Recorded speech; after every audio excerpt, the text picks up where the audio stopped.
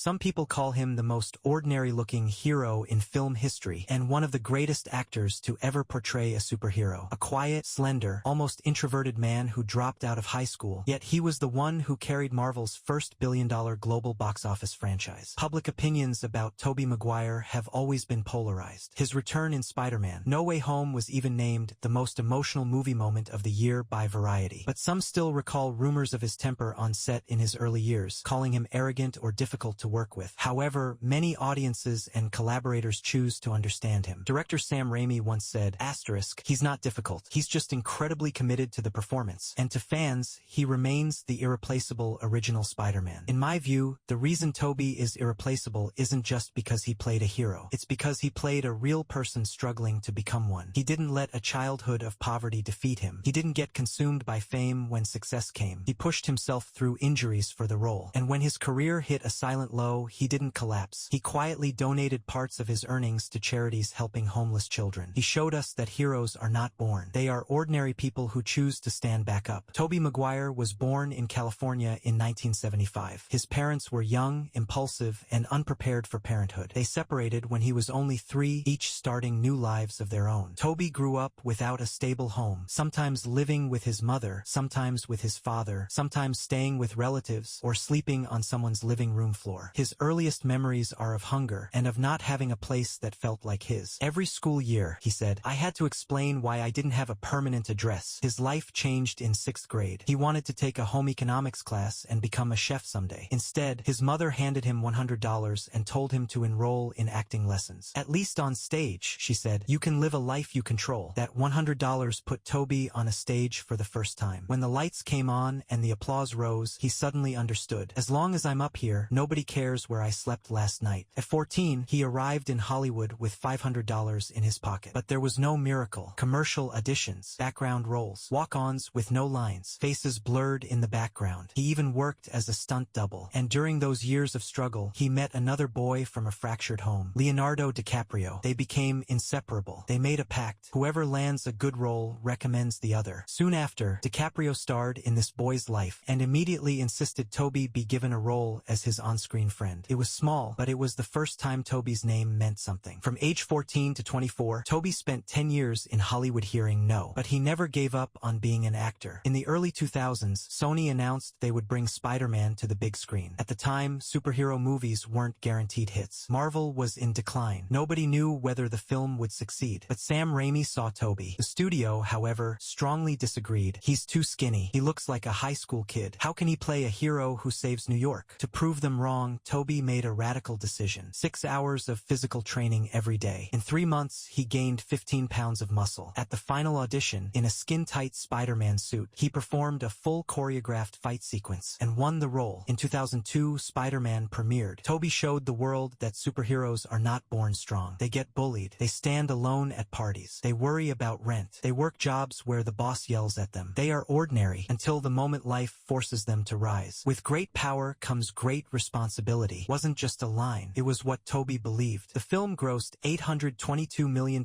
worldwide. The first superhero film to break $800 million, pulling Marvel out of its darkest financial period. Some people say, Tobey Maguire saved Marvel.